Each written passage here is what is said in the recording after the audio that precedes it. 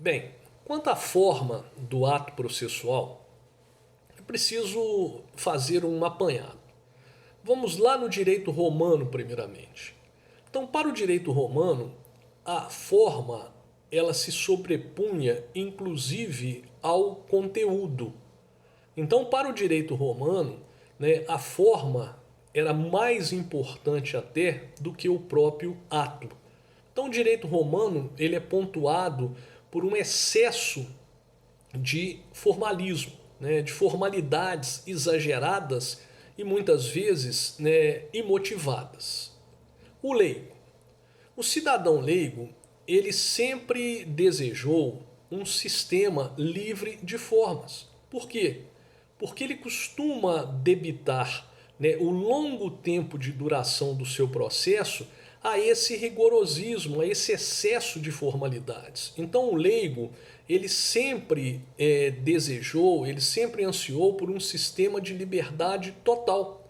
Mas nós que não somos leigos, sabemos que um sistema livre de formas, né, a liberdade total, ao invés de ajudar, ela vai acabar atrapalhando, porque ela vai criar um caos durante a tramitação do processo, uma confusão, dificultando a solução da lide. O Estado juiz, que é o monopolista da prestação jurisdicional. Qual foi a preocupação do Estado juiz? Sempre de garantir um mínimo de observância da forma, para gerar uma segurança, para gerar uma previsibilidade. Então, sempre foi preocupação do Estado juiz que o ato processual ele seja praticado de acordo com aquele esquema legal que eu comentei ainda há pouco. Então, foi o exemplo que eu dei. Se o réu quiser alegar a incompetência relativa do juízo, por exemplo, ele sabe de antemão que ele tem que alegar, né, como preliminar de contestação. Então, há uma previsibilidade.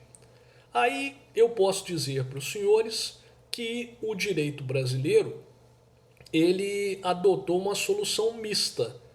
Nem o rigorosismo do direito romano, com seu excesso de formalidades exageradas e descabidas, e nem a liberdade total. Se os senhores efetuarem a leitura do artigo 188 do Código de Processo Civil, né, vai ficar claro a prevalência do conteúdo sobre a forma. Então, o referido dispositivo ele nos diz que os atos e termos do processo não dependem de uma forma determinada, senão quando a lei expressamente assim o exigir. A partir da leitura, muitos poderiam pensar que o artigo 188 ele menospreza as formalidades na prática do ato processual. Não, absolutamente não.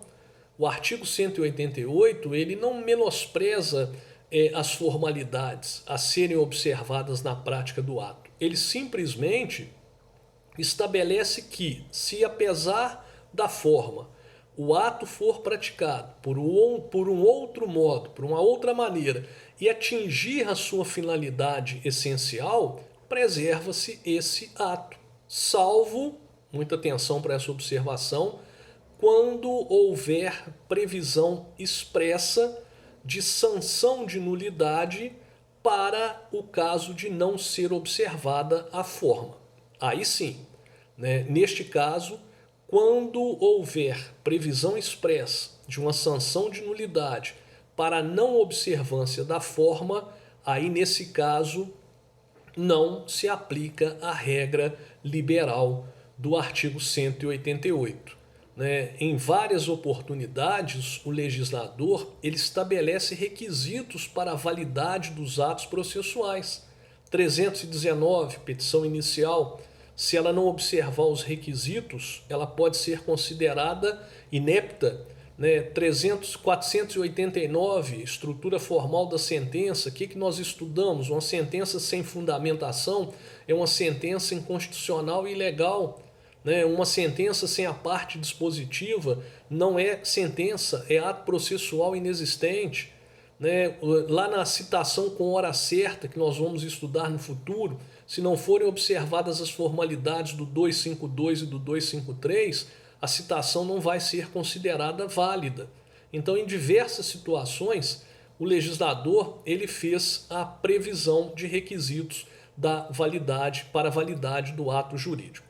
Finalizando, né, sobre o aproveitamento dos atos processuais, a regra é a do aproveitamento máximo dos atos processuais. Um grande abraço, um bom final de semana para todos.